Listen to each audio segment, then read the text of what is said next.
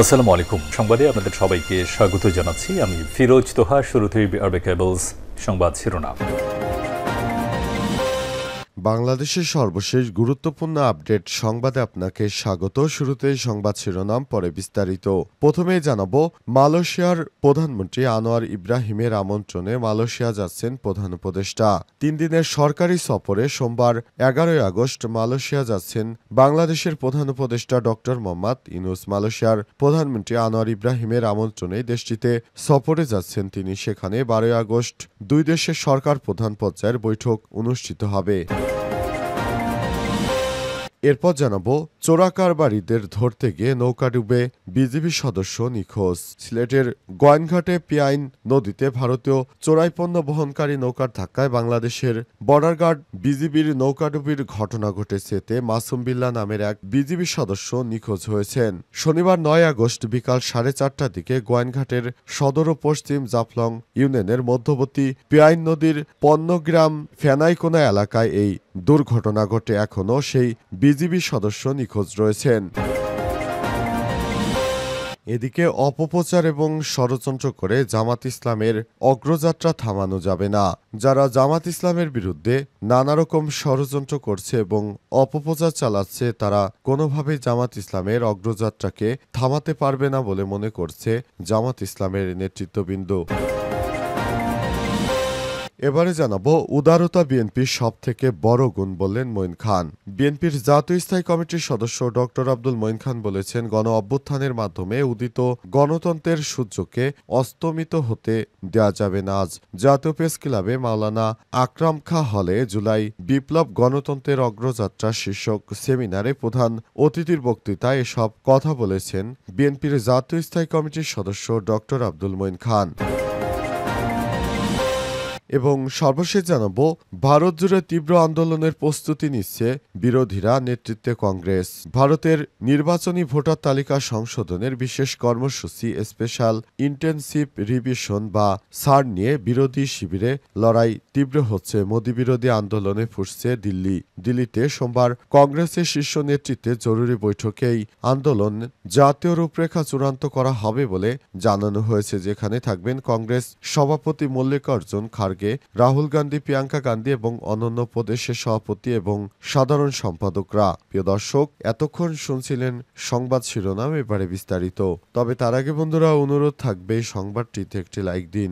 এই চ্যানেল আপনি নতুন হয়ে থাকলে আমাদের সংবাদটি দেখতে দেখতে চ্যানেলটি সাবস্ক্রাইব করে রাখুন। কমেন্ট করে বন্ধুরা আপনার মূল্যবান মতামত জানিয়ে দিন আপনি বিশ্বের কোন দেশ থেকে বা বাংলাদেশের কোন স্থান থেকে আমাদের সংবাদটি দেখছেন এবং শুনছেন। আর বন্ধুরা, এই সংবাদটি আপনার সোশ্যাল মিডিয়া ফেসবুকে শেয়ার করে বন্ধুদেরও দেখার সুযোগ করে দিন। কমেন্ট করে জানিয়ে দিন আপনি বাংলাদেশের কোন জেলা থেকে বা কোন জায়গা থেকে আমাদের সঙ্গে রয়েছেন এবং বিশ্বের কোন দেশ থেকে এবং কোন স্থান থেকে সংবাদটি দেখছেন এবং শুনছেন। এবারে বিস্তারিত। আনোয়ার ইব্রাহিমের আমন্ত্রণে মালয়েশিয়া যাচ্ছেন উপদেষ্টা। 3 দিনের সরকারি সফরে মালয়েশিয়া যাচ্ছেন প্রধান উপদেষ্টা ডক্টর মোহাম্মদ ইউনূস। মালয়েশিয়ার প্রধানমন্ত্রী আনোয়ার ইব্রাহিমের আমন্ত্রণে দেশটিতে যাচ্ছেন তিনি। সেখানেই 12 আগস্ট দুই দেশের মধ্যে সরকার প্রধান পর্যায়ের বৈঠক অনুষ্ঠিত হবে। ওই দিন সকালে পুত্রজায়ায় আনুষ্ঠানিক দ্বিপক্ষীয় বৈঠকে বসবেন ডক্টর মোহাম্মদ ইউনূস এবং আনোয়ার ইব্রাহিম। দ্বিপক্ষীয় এই সফরে প্রতিরক্ষা, জ্বালানি এবং হালাল খাদ্যসহ বিভিন্ন খাতে 5টি সমঝোতা স্মারক স্বাক্ষরিত হবে এবং 3টি নোট বিনিময় হওয়ার কথা রয়েছে। মালয়েশিয়ার সরকারের কাছে মালয়েশিয়ায় কর্মী পাঠানোর জটিলতা নিরসন, প্রতিরক্ষা, জ্বালানি, ব্যবসা বাণিজ্য, উচ্চশিক্ষা, রোহিঙ্গা সংকট, কৃষি, সমুদ্র অর্থনীতি এবং আসিয়ান সহ আন্তর্জাতিক অঙ্গনে দুই দেশের সহযোগিতার নানা বিষয়ে আলোচনা করা হবে। উল্লেখ্য, 2024 সালের 5 আগস্ট আওয়ামী লীগ সরকার পতনের পর ডক্টর মোহাম্মদ ইউনূসের নেতৃত্বে অন্তর্বর্তীকালীন সরকার ক্ষমতা গ্রহণ করে। ক্ষমতা গ্রহণের 2 মাস পর গত বছরের অক্টোবরে মালয়েশিয়ার প্রধানমন্ত্রী আনোয়ার ইব্রাহিম ঢাকা সফরে আসেন, যা অন্তর্বর্তীকালীন সরকারের আমলে প্রথম কোনো বিদেশি সরকার প্রধান ছিলেন মালয়েশিয়ার প্রধানমন্ত্রী। এবার অন্তর্বর্তীকালীন সরকারের প্রধান উপদেষ্টা প্রফেসর ডক্টর মোহাম্মদ ইউনূস মালয়েশিয়ায় যাবেন, যেটা বাংলাদেশের জন্য খুবই গর্বের একটি বিষয় হয়ে দাঁড়িয়েছে। চোরাকারবারিদের ধরতে গিয়ে নৌকাডুবে বিজিবি সদস্য নিখোঁজ। সিলেটের গোয়াইনঘাটের ফেয়াইন নদীতে ভারতীয় চোরাই পণ্য বহনকারী নৌকায় অভিযান চালাতে গিয়ে বর্ডার গার্ড অব বাংলাদেশ বিজিবির নৌকাডুবির ঘটনা ঘটেছে। এতে মাসুম বিল্লাহ নামের এক বিজিবি সদস্য নিখোঁজ রয়েছেন। ৯ আগস্ট বিকাল 4:30টার দিকে সিলেটের গোয়াইনঘাট সদর ও পশ্চিম জাফলং ইউনিয়নের মধ্যবর্তী ফেয়াইন নদীর পণ্যগ্রাম ফেনাইন ফোনা এলাকায় এই ঘটনা ঘটে। নিখোঁজ বিজিবি সদস্য মাসুম বিল্লাহ সিলেট ব্যাটালিয়ন ৪৮ বিজিবির অধীনে গোয়াইনঘাট উপজেলার সোনারহাট বিওপিতে কর্মরত ছিলেন। সিলেট ব্যাটালিয়ন ৪৮ বিজিবির অধিনায়ক লেফটেন্যান্ট কর্নেল মোহাম্মদ নাজমুল হক বিষয়টি নিশ্চিত করেছেন। স্থানীয় সূত্র থেকে জানা গেছে, গোয়াইনঘাট সদর ও পশ্চিম জাফলং দিয়ে বৈজা পিয়াইন নদীর পণ্যগ্রাম এবং আমবাড়ির মধ্যবর্তী ফেনাই কোনা এলাকায় টহলরত নৌকাযোগে ২ জন বিজিবি সদস্য ভারতীয় পণ্যবাহী চোরাই নৌকা থামানোর চেষ্টা করছেন। এ সময় ২টি নৌকায় ডুবে যায়। নৌকায় থাকা অপর বিজিবি সদস্য ও মাঝি তীরে উঠতে পারলেও সিপাহী মাসুম বিল্লাহ পারেননি। পরে স্থানীয়রা তাদের উদ্ধারের চেষ্টা করেও ব্যর্থ হয়েছে। স্থানীয় ইউপির সদস্য দেলার হোসেন বলেন, খবর পেয়ে সঙ্গে সঙ্গে আমরা ঘটনাস্থলে এসে উদ্ধার তৎপরতা চালাচ্ছি। এখনও পানিতে ডুবে নিখোঁজ বিজিবি সদস্যকে পাওয়া যায়নি। ৪৮ বিজিবির অধিনায়ক লেফটেন্যান্ট কর্নেল মোহাম্মদ নাজমুল ইসলাম বলেছেন, ভারতীয় চোরাই পণ্যবাহী নৌকার আঘাতে একজন বিজিবি সদস্য নিখোঁজ হয়েছে। এখনও তাকে পাওয়া যায়নি। ফায়ার সার্ভিস তাকে উদ্ধারের সর্বোচ্চ চেষ্টা চালিয়ে যাচ্ছে। অপপ্রচার এবং ষড়যন্ত্র করে জামাত ইসলামের অগ্রযাত্রা থামানো যাবে না।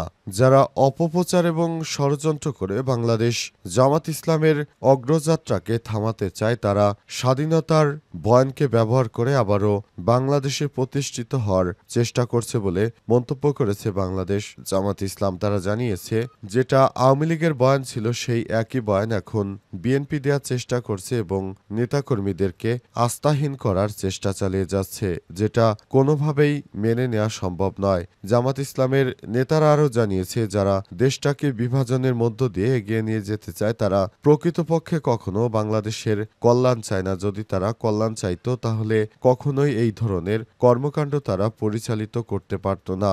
যারা দেশ নিয়ে ষড়যন্ত্র করছে, দেশের বিরুদ্ধে অপপ্রচার চালাচ্ছে, তাদের একটাই উদ্দেশ্য, সেটি হচ্ছে তারা দেশটাকে ভেঙে ফেলতে চায়, নতুন করে দেশের মধ্যে বিশৃঙ্খল পরিস্থিতি তৈরি করতে চায় এবং পলাতক ফ্যাসিস্ট সরকারকে আবার এদেশে ফেরত আনার জন্য তারা বদ্ধপরিকর বলে মন্তব্য করেছে বাংলাদেশ জামাত ইসলামের নেতাকর্মীরা। তারা আরও জানিয়েছেন, ১৯৭১ সালের বয়ান দিয়ে আর কতকাল এদেশে জামাত ইসলামকে তারা ঠেকিয়ে রাখার চেষ্টা করবে। এখন সময় এসেছে জামাত ইসলামকে নিয়ে যারা অপরাজনীতি করার সুযোগ খুঁজছিল তাদের মুখে এখন চপেটাঘাত মারার সময়। তারা যেভাবে দেশের বিরুদ্ধে ষড়যন্ত্র করছে কোনোভাবে সেটি গ্রহণযোগ্য নয়। জামাত ইসলাম একটি ধর্মভিত্তিক আদর্শিক রাজনৈতিক দল। কেউ প্রমাণ করতে পারবে না তাদের মধ্যে এক পয়সাও চাঁদাবাজির কোনো ব্যাপার রয়েছে। তবে অন্য একটি রাজনৈতিক দল, তাদের সবকিছুই চলে নাকি চাঁদার টাকায়।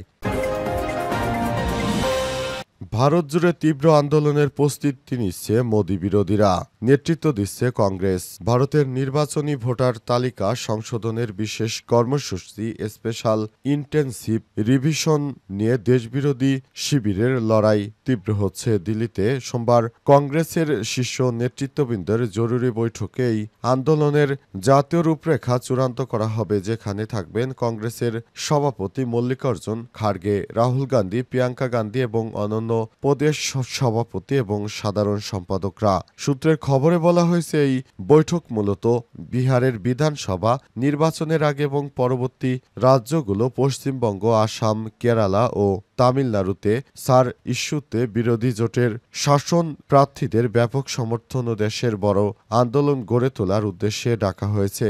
গত বৃহস্পতিবার রাতে দিল্লিতে রাহুল গান্ধী ভাষণ অনুষ্ঠানে নৈশভোজে এই তৃণমূল সর্বভারতীয় সাধারণ সম্পাদক অধিবেশন বন্দ্যোপাধ্যায় রাহুলকে পরামর্শ দেন যে সার ইস্যুতে আন্দোলন ছড়িয়ে দিতে হবে এবং বিরোধী দল হিসেবে দেশের নানা প্রান্তে একযোগে তীব্র বিক্ষোভ চালিয়ে যেতে হবে।